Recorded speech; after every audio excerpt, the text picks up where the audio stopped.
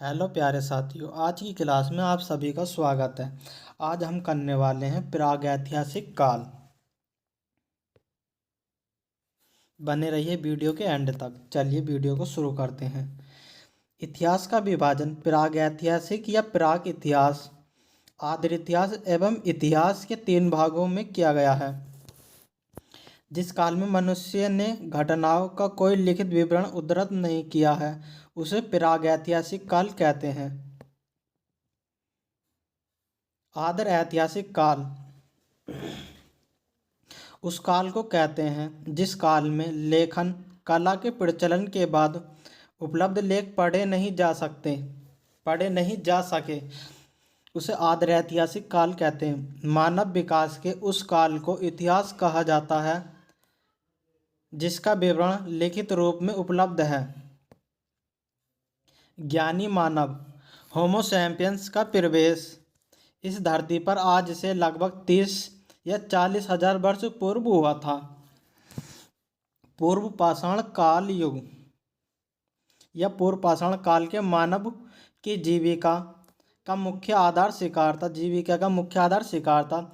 शिकार पुरापाषाण काल में आदि मानव के मनोरंजन के भी साधन थे। शिकार जो पुरापाषाण काल में मानव के आदि मनोरंजन के भी साधन थे।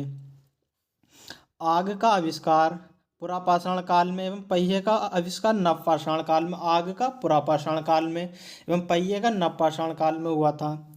मनुष्य में स्थायी निवास की प्रवृत्ति नवपाषाण काल में आई।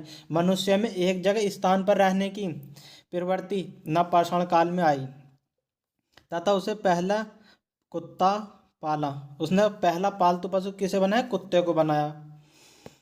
मनुष्य ने सर्वप्रथम तांबे धातु का प्रयोग किया तथा उसके द्वारा बनाया जाने वाला प्रथम औजार कुल्हाड़ी अथवा प्राप्ति स्थल अतिरक्का कंबन था।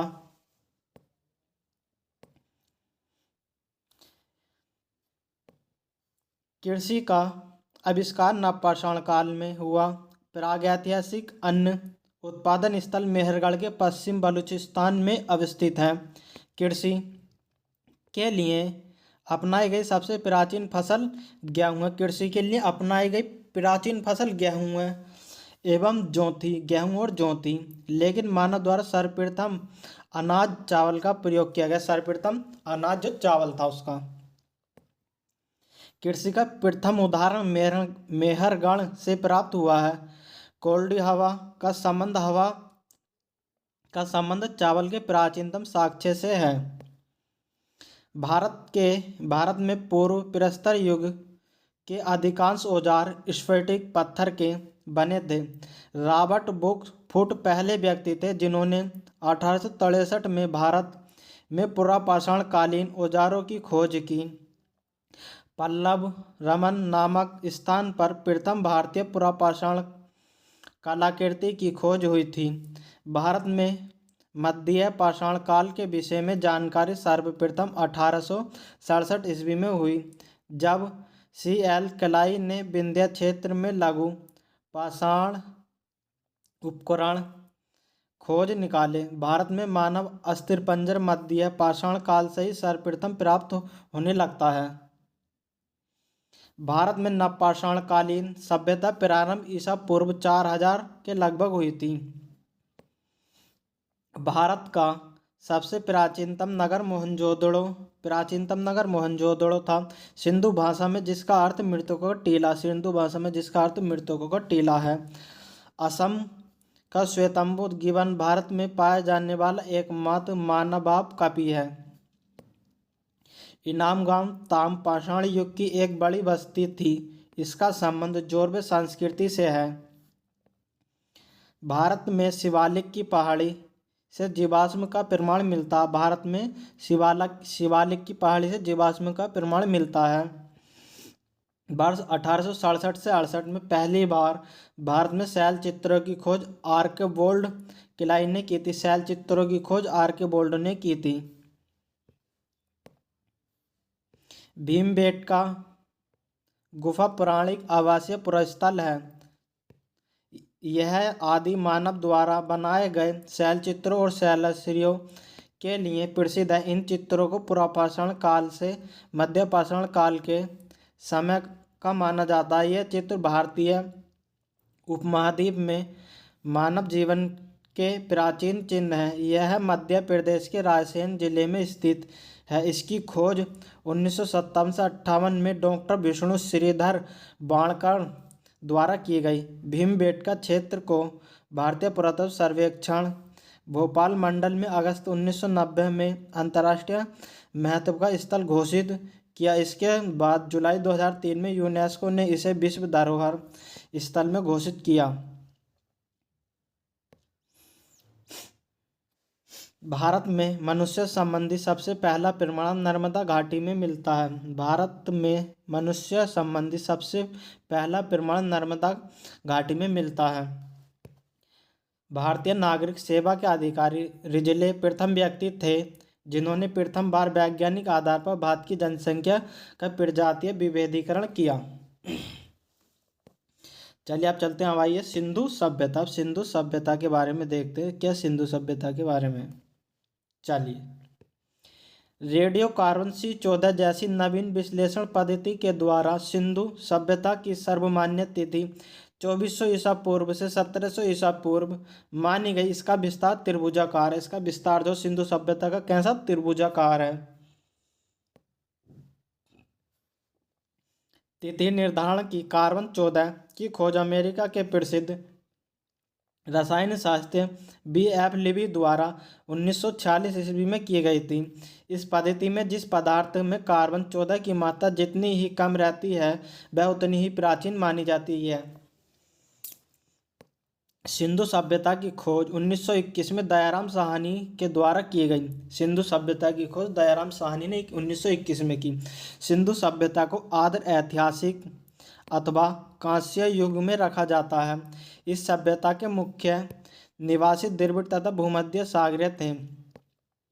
सर जॉन मार्शल भारतीय पुरातत्व सर्वेक्षण विभाग के तत्कालीन महानिदेशक 1924 ईस्वी में सिंधु घाटी सभ्यता नामक एक उन्नत नगरीय सभ्यता पाए जाने की विधि घोषणा की।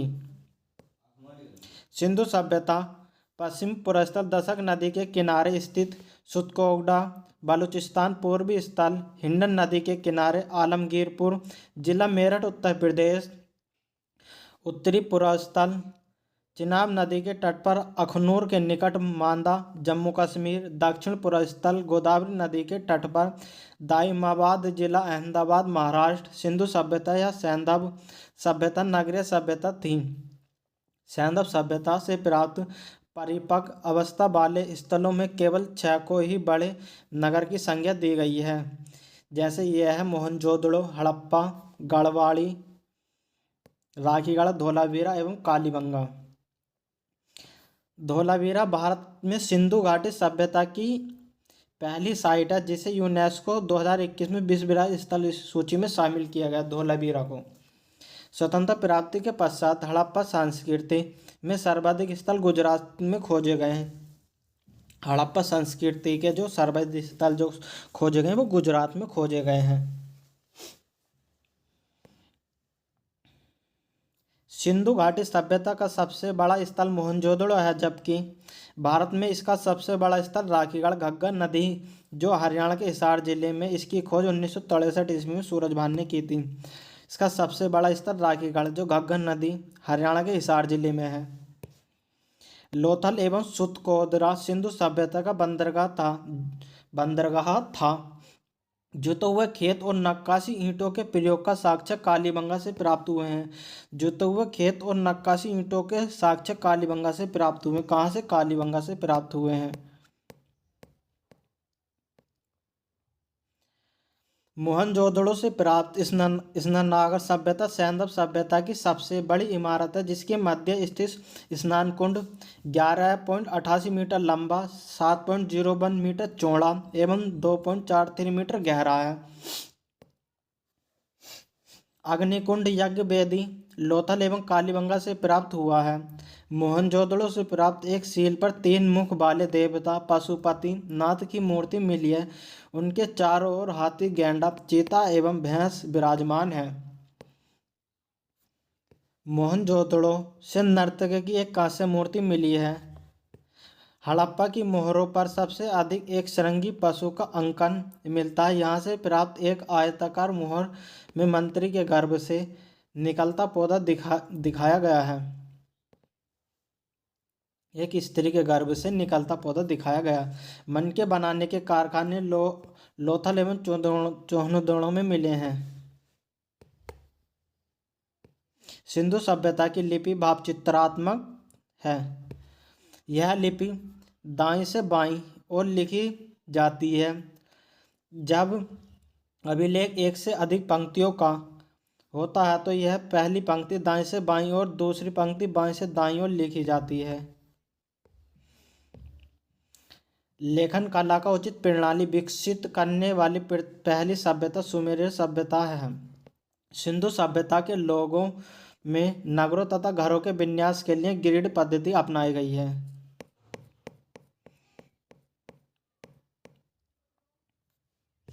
हड़प्पा रावी नदी के किनारे पाकिस्तान में पंजाब में सरवे जिले में। मोहनजोदड़ो सिंधु में। चोहनदोदड़ो सिंधु में। कालीबंगा घग्गर नदी के किनारे। कोटदीदी सिंधु नदी के किनारे। रंगपुर मादन नदी के किनारे। रोपड़ सतलज नदी के किनारे। लोथल भोगम नदी के किनारे। आलमगीरपुर हिंडन नदी के किनारे। सुतकोदोडोर दासक नदी के किनारे। बनमाली रंगोई नदी के किनारे। धोलावीरा लूनी नदी के किनारे। सोतका सादीकोट नदी के किनारे स्थित है।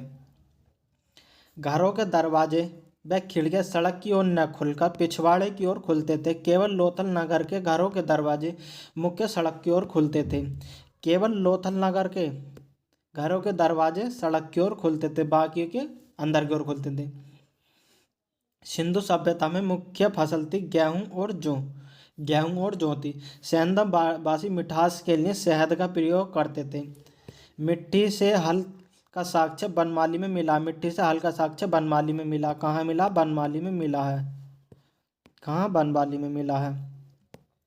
रंगपुर एवं लोथल से चावल के दाने मिले हैं, जिनसे धान की खेती होने का प्रमाण मिलता है। चावल के प्रथम साक्ष्य लोथल से ही प्राप्त हुए हैं। सुतकोतदा कालीबंगा एवं लोथल से सैंधव कालीन घोड़े के अस्थिपंजर मिले हैं। तौल की इकाई सभ्यता 16 के अनुपात में थी। सैंधव सभ्यता के लोग यातायात के लिए 2 पहिया एवं 4 पहिया वाली बैलगाड़ी भैंसगाड़ी का प्रयोग करते थे। मेसोपोटामिया के अभिलेख में वर्णित मोहल्ला शब्द का अभिप्राय सिंधु सभ्यता से है। सभ्यता हड़प्पा संस्कृति का शासन वर्णिक वर्ग के हाथों में था। पिगट ने हड़प्पा एवं मोहनजोदड़ो को एक विस्तृत साम्राज्य की जुड़वा राजधानी कहा है। सिंधु सभ्यता के लोग धरती को उर्वरता की देवी मानकर उसकी पूजा करते थे। सिंधु सभ्यता के लोग धरती को उर्वरता की देवी मानकर उसकी पूजा करते थे। वृक्ष पूजा एवं शिव पूजा के प्रचलन के साक्ष्य भी सिंधु सभ्यता से मिले हैं। स्वाति चिन्ह सभ्यता हड़प्पा सभ्यता की देन है। इस चिन्ह से सूर्योपासना का अनुमान लगाया जाता है। सिंधु घाटी के नगरों में किसी भी मंदिर के अवशेष नहीं मिले हैं। सिंधु सभ्यता में माता देवी की उपासना सर्वाधिक प्रचलित थी। पशुओं में कुबड़ वाला सांड इस सभ्यता के लोगों के लिए विशेष पूजनीय था। स्त्री मृण मूर्ति मिट्टी की मूर्ति अधिक मिलने का ऐसा अनुमान लगाया गया है। मनोरंजन के लिए सैंधव वासी मछली पकड़ना, शिकार करना, पशु पक्षियों को आपस में लड़ाना, चौपड़ और पासा खेलना आदि साधनों का प्रयोग करते थे। सिंधु सभ्यता के लोग काले रंग के डिजाइन से किए हुए लाल मिट्टी के बर्तन बनाते थे। सिंधु सभ्यता के लोग काले रंग से डिजाइन किए हुए लाल मिट्टी के बर्तन बनाते थे। सिंधु सभ्यता के लोग तलवार से परिचित नहीं थे। कालीबंगा एकमात्र हड़प्पा कालीन स्थल था जिसका निचला शहर सामान्य लोगों के रहने हेतु भी किले से घिरा हुआ था। कालीबंगा का अर्थ है काली चूड़ियाँ। यहाँ से पूर्व हड़प्पा स्तरों के खेत जोते जाने के और अग्नि पूजा की प्रथा के प्रमाण मिले हैं। पर्दा प्रथा एवं वेश्यावृत्ति सैंधव सभ्यता में प्रचलित थी। पर्दा प्रथा एवं वेश्यावृत्ति सैंधव सभ्यता में प्रचलित थी। शवों को जलाने एवं गाड़ने यानी दोनों प्रथाएं प्रचलित थी। हड़प्पा में शवों को दफनाने एवं जबकि मोहनजोदड़ो में जलाने की प्रथा विद्यमान थी। लोथल एवं कालीबंगा में युग्म समाधियां मिली हैं। सेंदर सभ्यता के विनाश का संभवतः सबसे प्रभावी कारण बाढ़ था। आग में पकी हुई मिट्टी को टेराकोटा कहा जाता है। आग में पकी हुई मिट्टी को टेराकोटा कहा जाता है।